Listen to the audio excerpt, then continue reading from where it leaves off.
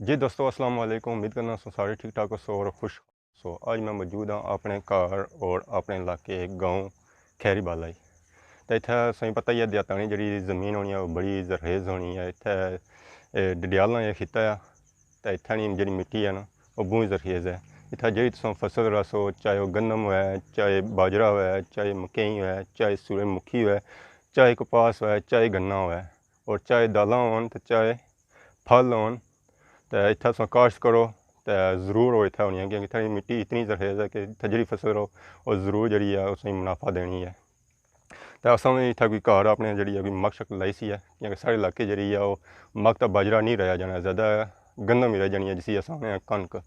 तो इसने पता है असें कि जो काफ़ी जो लोग इसी मकई नी रोटी या बाजरे आटा या उसने रोटी बड़ी पसंद करने तो सरसों का साग।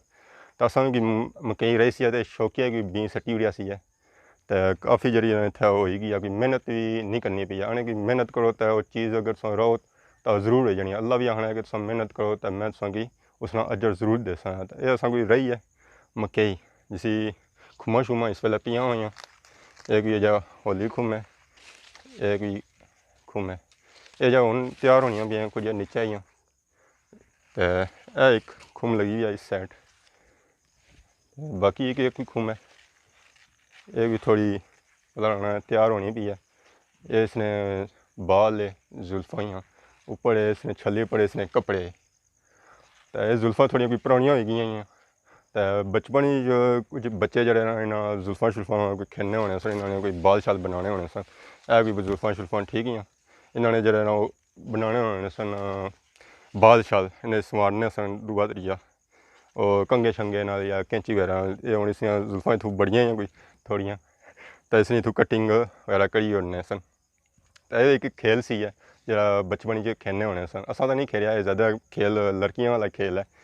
तो बाकी ये इस मकई पर बनाने का मकसद ये सी वीडियो कि तुम मेहनत करो तो कोई भी चीज़ हो ही जानी है। अगर ये तुसेंगी मतलब फल ना दे मुनाफा ना दे तो ये डंगा वास्ते पट्ठे इसने हो सकने नीला कुतरा या साबते साबते तो नहीं ज़्यादा खाने क्योंकि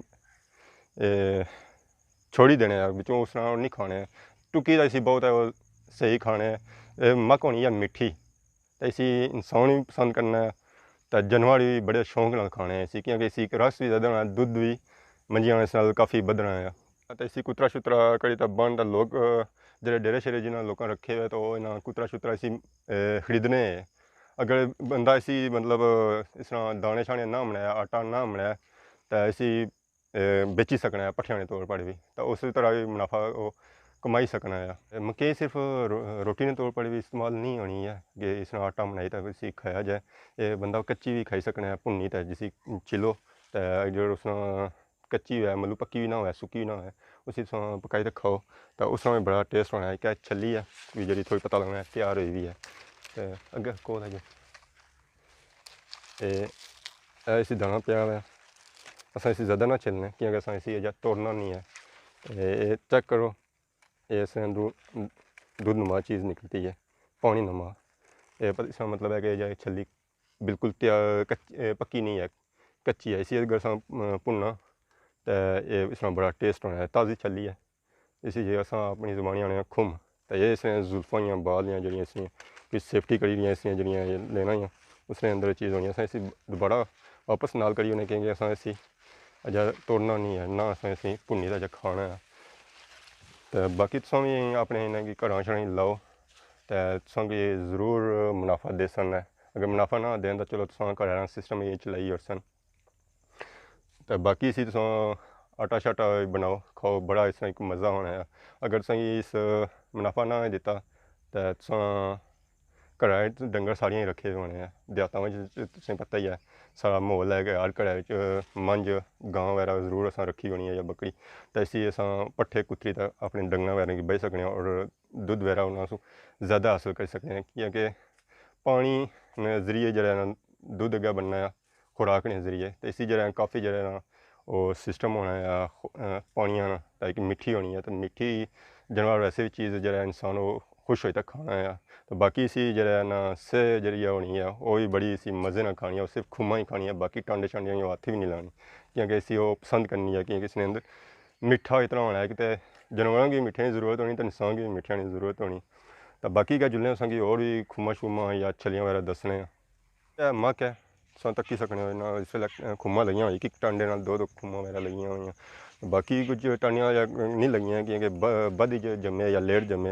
ये मक है ना बाल वगैरह लिखते नीचा सोन तक इस वेल्ले घाह है कि मेहनत असां नहीं की है तो फिर भी वो फसल जी है हो ही गया। अगर बंदा मेहनत कराया तो फिर कितनी फसल हासिल हो सकनी है। ये पार जी है निक्की मक है, ये बधी असां लाई सी है। इस भी घाह वगैरह है क्योंकि अस इसी दलिया नहीं है। अगर दलो ना तो वो इसकी एक तो जड़ मजबूत होनी है तो उस बाद इसकी गोडी छोटी हो जानी है। तो मक जी जल्दी पकड़ करनी है वो तो बड़ी हो जानी है जल्दी जल्दी। तो बाकी तुम भी अपने घर शर लाओ। बाकी नीचा नज़र आया कि बाजरा है जिसी अस बेरा आखने। तो एक होनी है फसल एक और ज्वार, एक होनी है एक और फसल ज्वार, वो भी जो डंगा वगैरह उस रह जानी है, पट्ठे शट्टे होने हैं उसमें। बाकी तुसें यकीनन वीडियो पसंद की उसी तुसें भी अपने घर पट्ठे शट्टे लाने हैं, फसलां वगैरह राहनियां मक ते बाजरा। तो बाकी होर जिहड़ियां फसलां है जिहड़ियां काश्त कीतियां सन क्योंकि डडियाल ज़मीन इतनी जरखेज़ है कि इसी बंदा अगर साल च 3 फसलां भी उगाए ना तो 3 फसलां भी इत्थै होई सकनियां अगर बंदा उगाए तो। बाकी हूँ तुसें मैं इंसान इजाज़त, यकीन तुसें वीडियो पसंद आई उसी है तो खुदा हाफिज़।